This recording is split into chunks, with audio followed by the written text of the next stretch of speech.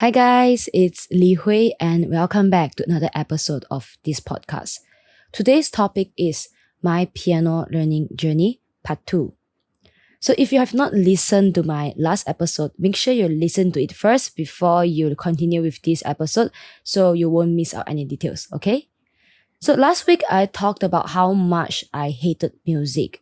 You guys must be wondering, why is there still a part 2 for this story? Shouldn't it just end with me giving up playing the piano and resent music for the rest of my life? Actually, no. I stuck around even after I knew that I was not a good student nor a good pianist. I think it's my parent, particularly my father, who insisted to let me learn piano.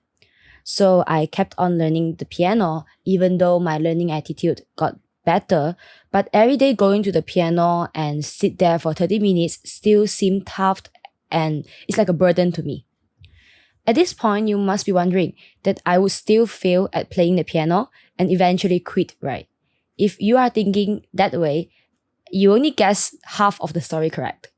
I did think the same as you for the first few months or a year after my change. I thought that learning and playing the piano is just for the sake of my parents, and I would still fail at every exams, and music will never ever be a part of my life. But I was lucky. I met someone who changed me, not only my learning attitude, but my feelings toward music. I met my second piano teacher, Teacher Susan. So before I continue with my story, I just want to express my gratitude and say a big thank you to her. Thank you so much, Teacher Susan. She taught me so much that it's hard to compress them into a few minutes episode story. I'm just grateful that she was my teacher, and I'm just happy that she's a friend now to me. She was a fierce and strict teacher. She was very particular about small details, which most piano learners think it's okay to ignore it. But those small details are the things that separate and differentiate an amateur player and a professional pianist. Of course, I was also afraid, just like any kids, I was scared that my teacher will scold me if I don't practice the piano. But deep down in me, I didn't want to disappoint her.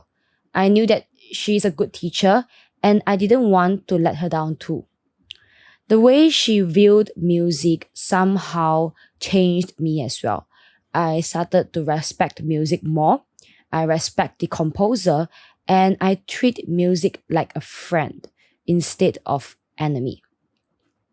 Of course, my playing got a lot better when I started to feel it with my heart. And of course, under the guidance and coaching of my teacher, I got a lot better.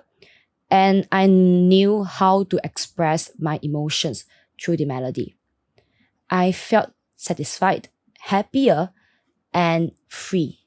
Up until now, I don't have perfect pitch, and my hearing still sucks even after a decade of learning music, but that's okay. That's fine. Actually, it doesn't bother me anymore. And I won't compare myself with my friends, my peers, that I won't be jealous of them of having perfect pitch. And it's okay. Actually, it's fine. If I don't have perfect pitch and if I want to find a chord for this song, I can just search the Google, search the web. I mean, we live in an era where there's Google. So problems are no longer problems anymore if you go search it. So don't let anything stop you.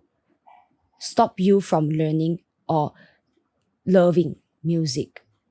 Music is pretty magical actually. It heals people in a way that no other things can, and it connects people that are once stranger into friends.